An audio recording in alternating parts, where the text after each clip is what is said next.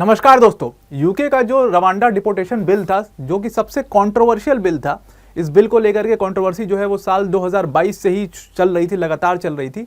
वो bill finally अब UK की पार्लियामेंट में पास हो चुका है। अब इस बिल को लेकर के काफ़ी ज़्यादा कंट्रोवर्सी थी। समझ लो, लोगों के जो यूके की जनता है उनके दो पॉइंट ऑफ व्यू थे इस पूरे बिल को लेकर के। अब ये बिल किससे रिलेटेड था? बेसिकली जो भी इलीगल माइग्रेंट्स आते हैं यूके के अंदर में और बड़ी मात्रा में रहते हैं, उनके अगेंस्ट में ये बिल था कि उनको डिपोर्ट कर दिया जाएगा रवांडा में। तो अब इस बिल को लेकर के लोगों के दो मत थे। एक ग्रुप ऑफ पीपल वो थे जो कि हार्डलाइनर्स थे और जो कि कंजर्वेटिव पार्टी थी। ऋषि सुनक की पार्टी कंजर्वेटिव पार्टी है। इसके पहले बोरिस जॉनसन थे, वो भी कंजर्वेटिव पार्टी से आते थे। तो कंजर्वेटिव पार्टी ने अपने मैनिफेस्टो में लिखा था कि हम जो है ये जो इलीगल माइग्रेंट्स यूके के अंदर में आते हैं, इनके अगेंस्ट में कुछ काम करेंगे और इनकी जो इलीगल माइग्रेशन है इसको रोकेंगे, कम करेंगे। अगर रोक भी पूरी तरीके से नहीं पाए तो कम तो कर ही देंगे। ऐसा इन लोगों ने प्रॉमिस किया था। फिर उनकी सरकार आई थी तो ये बिल लेकर के आए थे। तो अब इस बिल को लेकर के लोगों के दो मत हैं। एक ग्रुप ऑफ लोग वो हैं जो कि हार्डलाइनर्स हैं, जो कि यूके की लोकल जनता है वो ऐसा चाहती है कि यूके के जो नेचुरल रिसोर्सेज हैं या यूके के जो लिमिटेड रिसोर्सेज हैं उन पर सिर्फ यूके के लोगों का हक हो, जो उसके सही हकदार हैं। बाहर से जो इलीगल माइग्रेशन करके लोग आते हैं बहुत बड़ी समस्या होते हैं, और जो टैक्स पे करती है जनता, उनका टैक्स का पैसा खाते हैं एक तरीके से बैठ करके, जो इलीगल माइग्रेट करके आते हैं। भाई दूसरी तरफ का जो ग्रुप है वो ऐसा मानता है कि भाई इलीगल माइग्रेशन जो हो रहा है लोगों का, जो दूसरे देशों से लोग भाग करके आ रहे हैं, तो उनकी कुछ ऐसी मजबूरी रहेगी, या तो उनकी कम्युनिटी को टारगेट किया जा रहा है, या उनकी जान खतरे में है, या जिस देश में वो रह रहे हैं वहाँ पर रहने की कंडीशन जो है वो ठीक नहीं है। इस वजह से लोगों को सपोर्ट करना चाहिए यूके की गवर्नमेंट को। यूके एक डेमोक्रेटिक कंट्री है और इसीलिए इनको सपोर्ट करना चाहिए, ह्यूमैनिटेरियन राइट्स को ध्यान में रखना चाहिए और इन लोग के लिए कुछ काम करना चाहिए, इनको रेफ्यूजी स्टेटस देना चाहिए। ये सारी चीज़ें दूसरा ग्रुप मानता है। तो अब इसी को लेकर के पूरी कंट्रोवर्सी छिड़ गई थी यूके के अंदर में। अच्छा, इसी को लेकर के आपने एक कंट्रोवर्सी यूएस में भी देखी होगी कि डोनाल्ड ट्रंप जब वहाँ पर प्रेसिडेंट बने थे तो उन्होंने कहा कि ये मैक्सिको से जितने भाग करके आते हैं यूएस के अंदर में, तो ये लोग जो है बहुत बड़ी प्रॉब्लम है यूएस के लिए। और इसीलिए उन्होंने क्या किया था कि बॉर्डर में फेंसिंग करानी शुरू कर दी थी डोनाल्ड ट्रंप ने, जिस फेंसिंग को बाद में इन्होंने जो बाइडेन ने रुकवा दिया था कि नहीं, फेंसिंग नहीं होगी बॉर्डर की। हालांकि फिर से उनको वो कंटिन्यू करना पड़ा प्रोजेक्ट। तो ये जो आप देखो, डोनाल्ड ट्रंप हो गए या ऋषि सुनक की पार्टी हो गई या इनके पहले जो बोरिस जॉनसन थे, ये लोग माइग्रेशन को लेकर के इतना ज़्यादा चिंतित क्यों हैं? अब आप अगर पूरा माइग्रेशन का फंडा समझोगे तो ये सच में एक बहुत बड़ा चिंता का विषय है। होता क्या है कि आप देखो कि अभी पूरे अफ्रीकन कॉन्टिनेंट में बहुत ज़्यादा डिस्टर्बेंस है। अफ्रीकन कॉन्टिनेंट की हर एक कंट्री जो है ऑलमोस्ट उसके हालात बहुत ख़राब हैं। दूसरी तरफ आप देखोगे कि अफ़गानिस्तान में या हांगकांग में या मिडिल ईस्ट में बहुत ज़्यादा डिस्टर्बेंस है। यूरोप में डिस्टर्बेंस हो गया, यूक्रेन में काफ़ी डिस्टर्बेंस है, वहाँ के लोग जो हैं वो भाग रहे हैं। तो अब जब इतनी जगह डिस्टर्बेंस हो, ये लोग भाग करके अपने देश छोड़ करके कहाँ जाएंगे? वहाँ जाएंगे जहाँ पर लिविंग कंडीशन ठीक हो, पहली चीज़। दूसरी चीज़, वहाँ के जो असाइलम लॉज हैं वो थोड़े से स्ट्रिक्ट नहीं हो ज़्यादा। जैसे आप इंडिया में देख लो, फॉर एग्जांपल आप ले लो कि हमारे बगल का देश था म्यांमार। म्यांमार में एथनिक क्लैशेस हुए अरकान और रोहिंग्या मुस्लिम्स के बीच में। तो रोहिंग्या मुस्लिम्स भाग करके बड़ी मात्रा में इंडिया में आकर के रहे। क्यों आकर के रहे? एक तो यहाँ पर उनको जान का खतरा नहीं है, और दूसरी चीज़ है कि यहाँ पर उनको रहने के लिए लिविंग कंडीशन अच्छी है, खाना इजीली मिल जाता है एज़ कम्पेयर टू म्यांमार। उनके लिए बहुत दिक्कत नहीं है यहाँ पर काम ढूंढने में। ये सारी चीज़ों की वजह से वो लोग भाग करके इंडिया में आते हैं। क्योंकि आपको पता होगा कि रोहिंग्या मुस्लिम्स भाग करके पहले बांग्लादेश में भी बहुत बड़ी मात्रा में गए थे, लेकिन बांग्लादेश से फिर वो इंडिया में क्यों आ गए? इसी कारण से, क्योंकि लिविंग कंडीशन यहाँ ज़्यादा बेहतर है, बांग्लादेश से भी ज़्यादा बेहतर है। इसीलिए बहुत सारे बांग्लादेशी भी बॉर्डर क्रॉस करके घुस जाते हैं। अब इससे क्या होता है, जब ये इलीगल माइग्रेट्स आते हैं किसी भी देश में, तो उस देश के लिए बहुत समस्या ये होती है। एक तो ये लोग जो रिसोर्सेस है उसके लिए, बहुत रिसोर्सेस तो लिमिटेड है हर कंट्री के पास, तो उसके लिए एक चैलेंज बन जाते हैं। दूसरा कारण ये है कि पूरी डेमोग्राफी चेंज हो जाती है, और वो डेमोग्राफी जो है वो इलेक्शन में रिफ्लेक्ट करती है। अब और फिर इनको, क्योंकि ये इलीगल माइग्रेंट्स होते हैं, तो इनको बहकाना बहुत आसान होता है। तो जितने भी सेपरेटिस्ट मूवमेंट आप देखोगे असम के अंदर में, आप देखो तो बहुत ईजी होता है इनको बहका करके कुछ कांड करवाना, वहाँ पर कोई भी सस्पिशियस एक्टिविटी करवाना। तो ये सब सारी चीज़ों को लेकर के एक देश की कुल मिला जुला करके इंटरनल सिक्योरिटी के लिए बहुत बड़ा चैलेंज बन जाते हैं। इसीलिए हर देश जो है वो पीछे हट रहे हैं इलीगल माइग्रेंट्स को शरण देने में। यूके, यूएस जैसे देश भी अब इसमें पीछे हटना शुरू हो गए हैं। जो देश अब यूके और यूएस में भाग करके सारे इलीगल माइग्रेंट्स क्यों आते हैं? क्योंकि वहाँ के असाइलम लॉज जो हैं वो बहुत आसान है। इंडिया का असाइलम लॉ तो मतलब रेफ्यूजी से रिलेटेड तो कोई हमने लॉ ही नहीं बनाया अभी तक। तो हमारे असाइलम लॉज तो फिर भी स्ट्रिक्ट हैं। हालांकि हमारी सरकार हमेशा से शरण देते आई है लोगों को, लेकिन अब वो थोड़ा सा पीछे हटने लग गई है, क्योंकि हमने स्ट्रिक्ट इसलिए कर दिया है क्योंकि ये लोग सच में एक चैलेंज बन गए थे।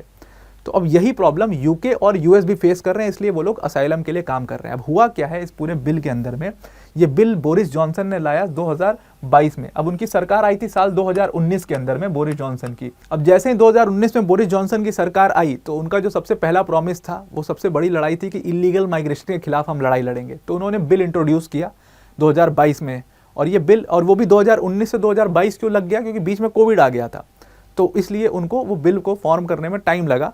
हालांकि और वो थोड़ा सा लोगों का वो भी मत भी जानना चाहते थे कि लोग कितना ज़्यादा रेडी हैं इस बिल के लिए। हाँ, तो इसमें दो जब ग्रुप्स देखा उन्होंने, और क्योंकि उनका मेन प्रॉमिस ही ये था, इस प्रॉमिस के बेसिस पर ही बहुत बड़ी मात्रा में लोगों ने उनके लिए वोट किया था कि ये माइग्रेशन से रिलेटेड कुछ करेंगे, तो उनके लिए बिल लाना मजबूरी थी। तो वो बिल इंट्रोड्यूस करते हैं साल 2022 में, और उस बिल में ये लिखा होता है कि 1 जनवरी से 2022 के बाद जो भी आएगा भाग करके इलीगली घुसेगा यूके के अंदर में, चाहे बाय लैंड घुसे चाहे बाय इंग्लिश चैनल घुसे, तो उसको पकड़ेगी पुलिस, उसको आइडेंटिफाई करेगी और उसके बाद उनको डिपोर्ट कर दिया जाएगा। कहाँ डिपोर्ट कर दिया जाएगा? रवांडा भेज दिया जाएगा, अफ्रीका में भेज दिया जाएगा। अब बताया जा रहा था कि जो पूरा नंबर था लोगों का जो इलीगल माइग्रेशन का, वो 40,000 50,000 नंबर था, और ये लोग मतलब इलीगली घुस जाते थे यूके के अंदर में और बहुत बड़ा चैलेंज बन जाते थे यूके की सरकार के लिए। तब जाकर के ये बिल लाया गया।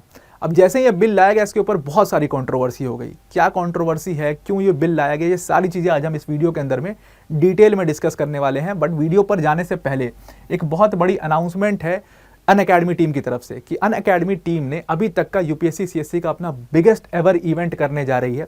ये जो हमारा इवेंट है ये 28 अप्रैल को यानी कि संडे को होगा 1 बजे से 2:30 बजे के बीच में। और ये जो हमारा इवेंट है इसमें हम 2 बहुत बड़े रिवील करने वाले हैं जो कि आपके लिए काफ़ी ज़्यादा हेल्पफुल होंगे, जो बच्चे यूपीएससी सीएससी की प्रिपरेशन करना चाहते हैं। ये जो पूरा इवेंट है हमारा वो यूपीएससी अनस्टॉपेबल्स बाय अनअकैडमी जो चैनल है हमारा, वहाँ पर लाइव किया जाएगा। 1 बजे से लाइव शुरू होगा। तो आप अभी जा करके इस चैनल को सब्सक्राइब कर लीजिए और नोटिफाई मी पर क्लिक कर लीजिएगा। तो जैसे ही ये पूरा इवेंट शुरू होगा वैसे ही आपको एक नोटिफिकेशन लिंक पहुंच जाएगा जिससे आप इसको ज्वाइन कर सकते हो इस इवेंट को। तो मंजिल 2024 इवेंट में आपके सारे जो टॉपर्स हैं वो अनअकैडमी टीम के मौजूद होंगे, प्लस उसके साथ जो अनअकैडमी टीम के बेस्ट एजुकेटर्स हैं वो भी वहाँ पर प्रेजेंट होंगे। तो आप उनसे काफ़ी ज़्यादा बातचीत भी कर सकते हो उस पूरे इवेंट के दौरान। तो आप इस इवेंट में ज़रूर हमारे साथ जुड़िएगा। अब हम वीडियो पर वापस आ जाते हैं। तो अब ये जैसे ही बिल को इंट्रोड्यूस किया गया साल 2022 में, उसके बाद इस पूरे बिल को लेकर के काफ़ी सारी कंट्रोवर्सी शुरू हो गई। पहली तो कंट्रोवर्सी रवांडा को लेकर के शुरू हो गई कि भाई रवांडा ही क्यों भेजना है, और आपने रवांडा को कभी आपने सर्वे किया कि रवांडा सेफ है कि नहीं है, रवांडा में लिविंग कंडीशन क्या है? भाई वहाँ पे तो सिविल वॉर चल रहे हैं, अफ्रीका की तो हर कंट्री इतनी डिस्टर्ब्ड है। तो जो लोग डर के मारे भाग करके आ रहे हैं अपनी जान बचाने के लिए, उसको आप फिर से उसी में ढकेल रहे हो। तो सुप्रीम कोर्ट ने क्या किया था कि इस बिल को कैंसिल कर दिया था पहले। उसके बाद क्या हुआ कि यूके की पार्लियामेंट ने, यूके के मतलब गवर्नमेंट ने फिर से इस बिल को रिफॉर्म किया कुछ चेंजेस करके। उन्होंने कहा कि रवांडा एक सेफ कंट्री है, हमने सर्वे करा लिया, ये सारी चीज़ें उसमें डाल करके फिर से इसको इंट्रोड्यूस किया और अब जाकर के पार्लियामेंट में बिल फाइनली पास हो चुका है। अब देखो ये माइग्रेशन की पूरी कहानी कहाँ से स्टार्ट होती है, बोरिस जॉनसन क्यों फोर्स हो जाते हैं इस बिल को लाने के लिए। हुआ क्या कि जब कोविड आया 2020 में, 19 में उनकी सरकार बनी थी, तो उन्होंने प्रॉमिस किया था कि हम माइग्रेशन से रिलेटेड कुछ करेंगे, लेकिन तब तक कोविड आ गया। तो 2020 में कोविड की वजह से तो भाई माइग्रेशन होगा नहीं, इलीगली कैसे आएंगे? कोविड के लिए इतने सारे प्रोटोकॉल्स थे, घुसने नहीं दिया जा रहा, सारे बॉर्डर क्लोज कर दिए गए थे। तो आप देखोगे कि माइग्रेशन का रेट काफ़ी कम था, तो इसीलिए उन्होंने काम नहीं किया उस पर। लेकिन 2021 में ये रेट एकदम से एक्सपोनेंशियली बढ़ा और 22 में ये ग्रीन वाला लाइन आप देख रहे हो कि ये जो नंबर है ये 45,000 के करीब पहुंच गया कि हर साल 2022 में टोटल 45,000 इलीगल माइग्रेंट्स जो हैं वो इंग्लिश चैनल क्रॉस करके यूके की धरती पर पहुंच गए।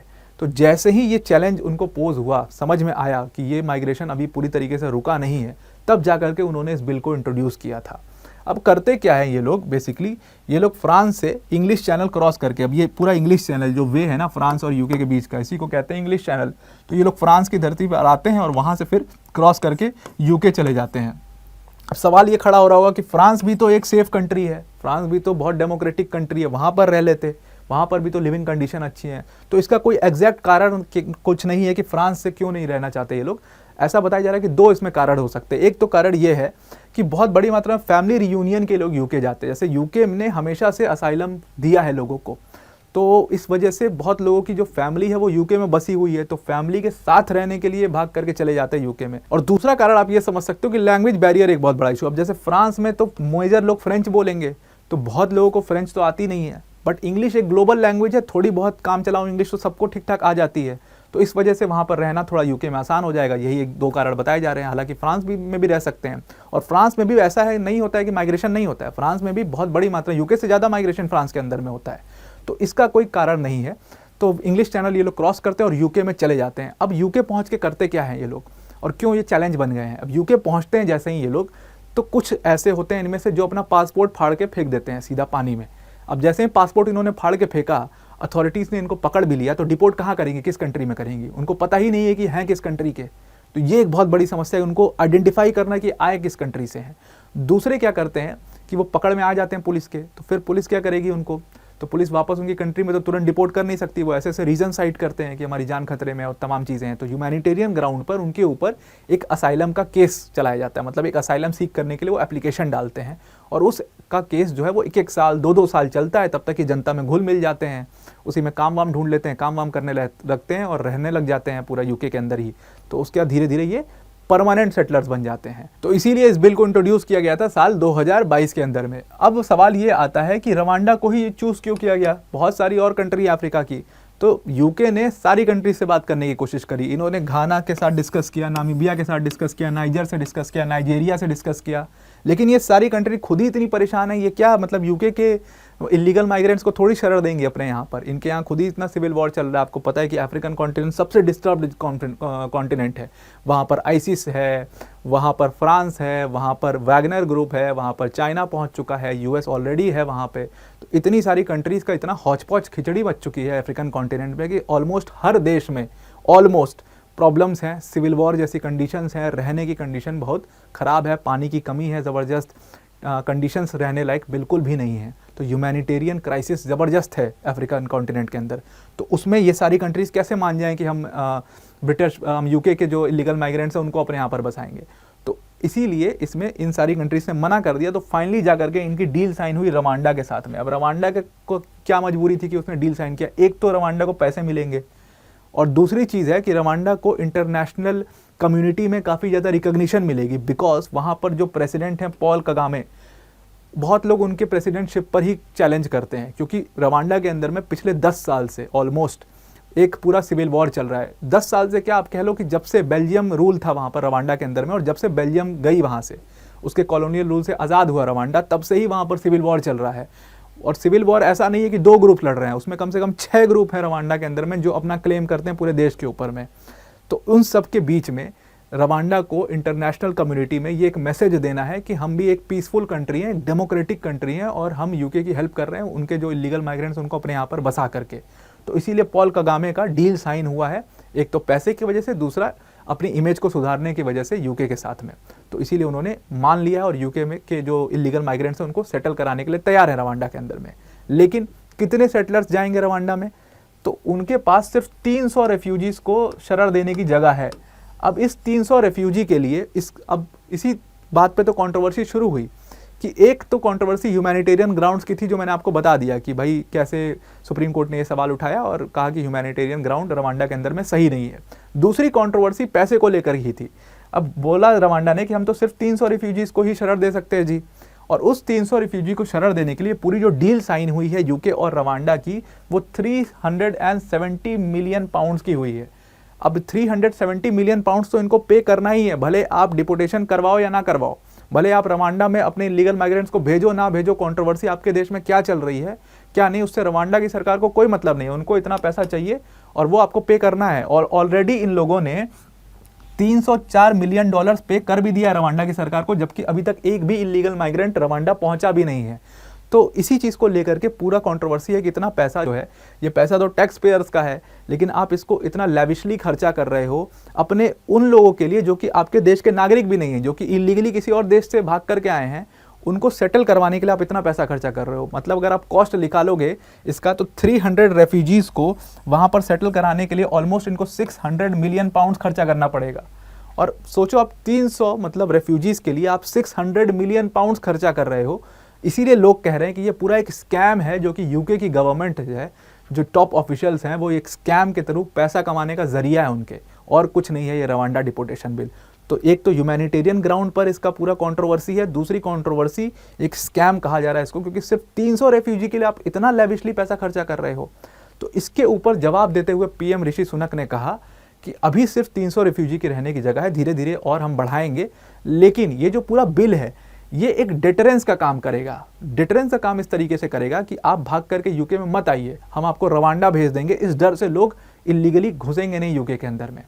तो अब जैसे उन्होंने ये बेतुका जवाब दिया इस सवाल का, तो इसको एकदम से ही स्कैम घोषित कर दिया है वहाँ के जो लोग हैं जो इस पूरे बिल के खिलाफ हैं। हालांकि बड़ी मात्रा में लोग इस बिल के सपोर्ट में भी हैं, क्योंकि वो समझते हैं कि इलीगल माइग्रेशन से क्या इम्पैक्ट होता है इकोनॉमी के ऊपर, और यूके की इकोनॉमी इस समय हालत ख़राब है उनकी। तो ये सारी चीज़ें हैं इस पूरे आर्टिकल के अंदर में। आई होप आपको ये पूरा मामला समझ में आ गया होगा। तो आज की वीडियो में इतना ही। Thank you and have a nice day.